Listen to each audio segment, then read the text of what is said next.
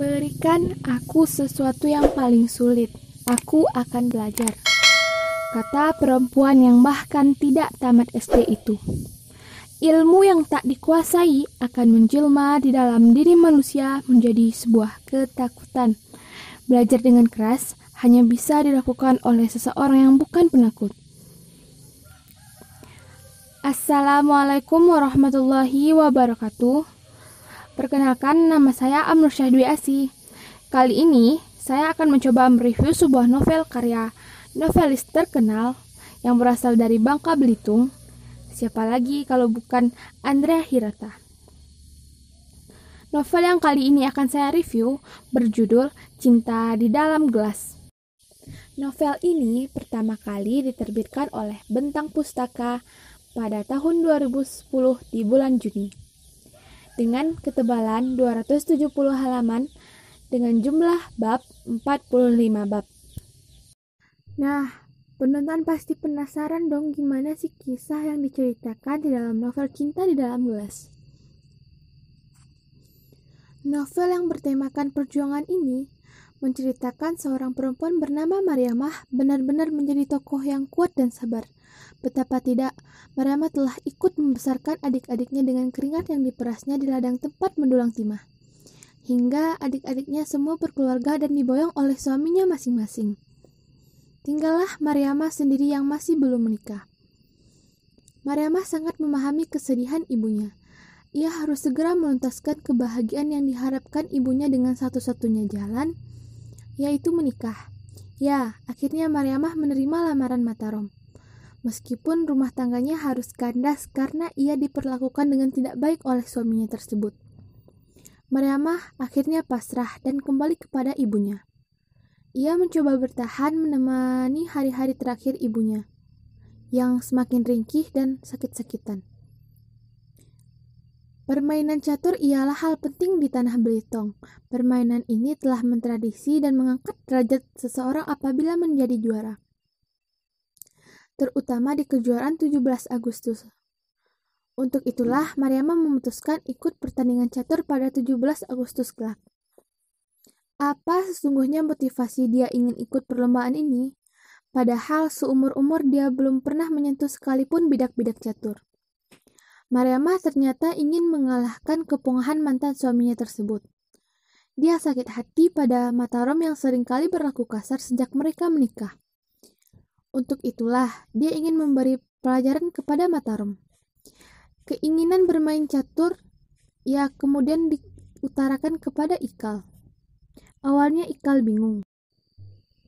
Inilah saat yang selalu dinantikan, yaitu melawan suaminya sendiri, Matarom. Sebenarnya Enong tidak terlalu peduli untuk menjadi juara catur. Namun jika ia berhasil mengalahkan Matarom, tentunya ia akan menjadi juara catur, karena selama ini Matarom adalah juara catur bertahan. Matarom mengeluarkan papan catur miliknya sendiri yang terbuat dari perak, yang konon banyak gosip beredar bahwa ada banyak hantu berkentayangan di papan catur tersebut, sehingga tidak ada yang mampu mengalahkannya. Nikoka pun tiba-tiba hadir menyaksikan pertandingan catur yang berbeda dengan negaranya sendiri. Pertandingan yang sebanyak 2 babak, pada babak pertama, dengan mudah Matarom mengalahkan Enong.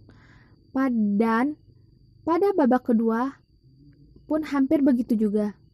Namun dengan tekad yang Enong miliki, ia dapat membalikkan keadaan dan mengalahkan Matarom, sehingga skor menjadi 1-1.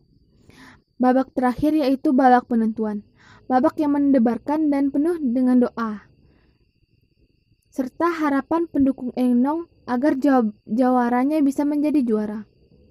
Hasilnya, akhirnya Enong mendapat mengalahkan Matarom dan menjadi perempuan pertama yang menjuarai pertandingan catur di tahunan Belitung.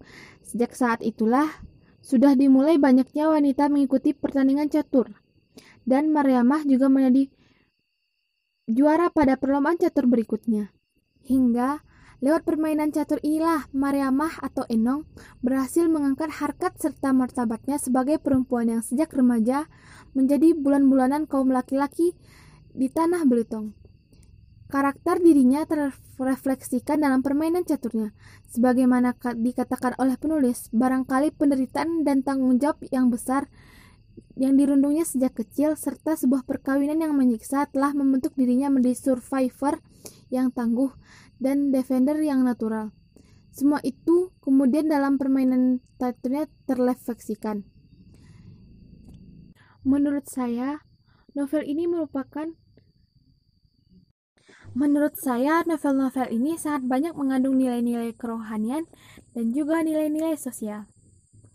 Contohnya, pada novel ini tergambar jelas bahwa tidak bolehnya perempuan dan laki-laki yang bukan mahram berpandangan terlalu lama, karena hal tersebut tidak baik menurut ajaran Islam.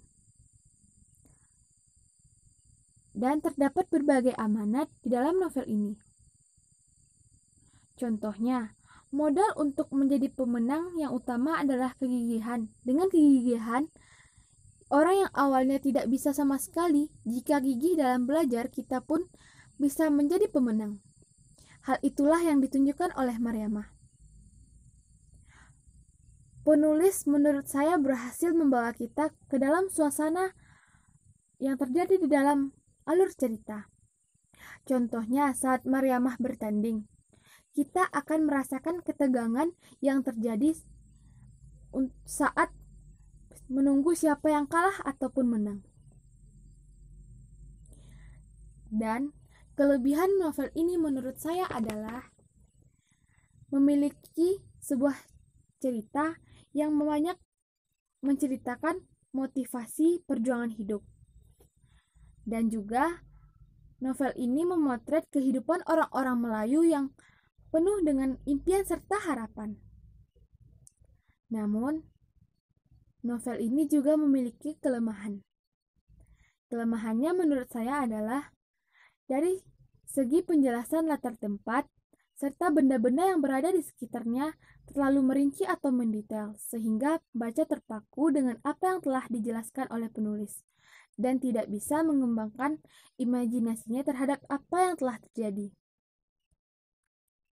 Kesimpulan saya, novel ini cocok dibaca untuk remaja yang telah menuju tahap dewasa sehingga dapat merubah pola pikirnya terhadap wanita, ya, bahwa semua orang itu sama. Siapapun itu dapat melakukan hal yang sama, maupun wanita ataupun laki-laki. Dan novel ini syarat akan pembelajaran hidup, mampu menggugah hati pembaca melalui sentilan-sentilan khas seorang Andrea Hirata, gaya bahasanya yang unik dan alur ceritanya yang membuat pembaca larut dalam untayan-untayan kata dalam novel tersebut. Selain itu, sampul novel ini juga menarik untuk dilihat, tidak kaku, dan menggambarkan maksud isi novel. Saran saya untuk novel ini adalah penulis sebaiknya tidak terlalu menjelaskan secara rinci atau mendetail hal-hal atau benda-benda yang berada di sekitar tempat peristiwa yang terjadi di dalam novel. Mungkin hanya sekian yang dapat saya sampaikan pada review novel kali ini. Jika ada kesalahan dan kekurangan, saya mohon maaf. Assalamualaikum warahmatullahi wabarakatuh.